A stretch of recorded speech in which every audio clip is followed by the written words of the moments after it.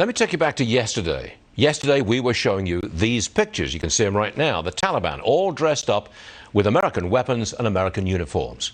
All right, fast forward to today, and we're showing you this. Taliban supporters holding mock funerals of Americans. Congressman Bill Johnson, Republican from Ohio, joins me now. Congressman, you're a retired Air Force colonel. How do you feel when you see the enemy prancing around in our uniforms with our weapons? Well, I can tell you, Stuart, as you mentioned, I served nearly 27 years in the United States Air Force. My last assignment was on the senior staff at Special Operations Command. And I can tell you, I know leadership, and this is not it. Joe Biden represents everything that's wrong in Washington, D.C. He's never held a real job. He's a nearly 50-year politician, never signed the front side of a paycheck. And he has demonstrated a failure of leadership. This is the worst strategic planning and operational execution failure of modern American history. I'm appalled, and every American that I've talked to feels the same way. All right, what can we do about this? Do you expect to see some hearings in Congress to find out exactly what happened and who is to blame and who should resign? Will we get those hearings? Well, I certainly hope so, but I've already called for Secretary Blinken, Secretary Austin, Chairman of the Joint Chiefs of Staff, Milley. If this is the plan they gave the president, then they need to apologize to the American people and resign. And if it's not the plan they gave to the president, then they should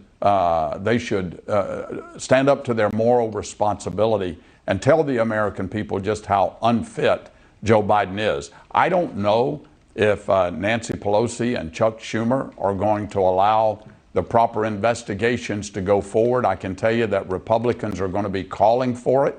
And when we, God help us, if we win the majority back next November, you can better believe we're going to be digging in deep to find out what went wrong here. Trouble is, sir, we've got another 3.5 years with this team in place. You might lose a secretary here or a director there from a resignation, but the basic team is with us for 3.5 years. I think, well, what do you think? Is America in a tough spot or what? America is in a tough spot because I don't think Biden is qualified to sit in the White House, but I also don't have confidence in Vice President Harris. She's demonstrated with her performance as our border security czar, how she's handled that. She's not up for the job either. We really are in a very, very tough place. This administration is reckless. I mean, we've seen it time and again. You know, it was under the Biden administration, Biden-Obama administration, that they gave the Iranians billions in cash. And now look at what they've done by leaving all of this equipment, taxpayer-funded equipment in Afghanistan. It would not surprise me to see us buy the freedom of some of those Americans left behind. That would not surprise me in the slightest. I'm sorry to say, sir, I'm out of time, but I wish you well going from the military to politics. I hope you're enjoying yourself. Congressman, thanks for being here today. Appreciate it, sir. Thank you.